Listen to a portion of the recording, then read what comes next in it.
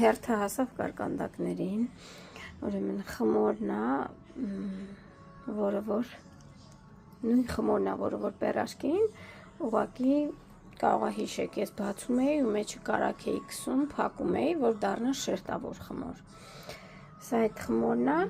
ու այստեղ ինձ մոտ հավով խճողակն է, ուրեմն հավի դուշն եմ խաշել, կտրատել,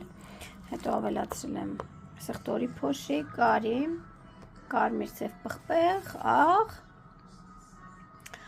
ու նաև թթվասեր և մանես։ Հիմա պատրաստել եմ կարկանդակներ, ես արդեն ստեղ կտրել եմ, հիմա կբաժանեմ ես խճողակը։ Այս ամենը դրեցինք, հեսա ֆոկուս ենք անում, սետ ամեն ճտացնում է ու բոլորս էտ սինու պաթատվում է։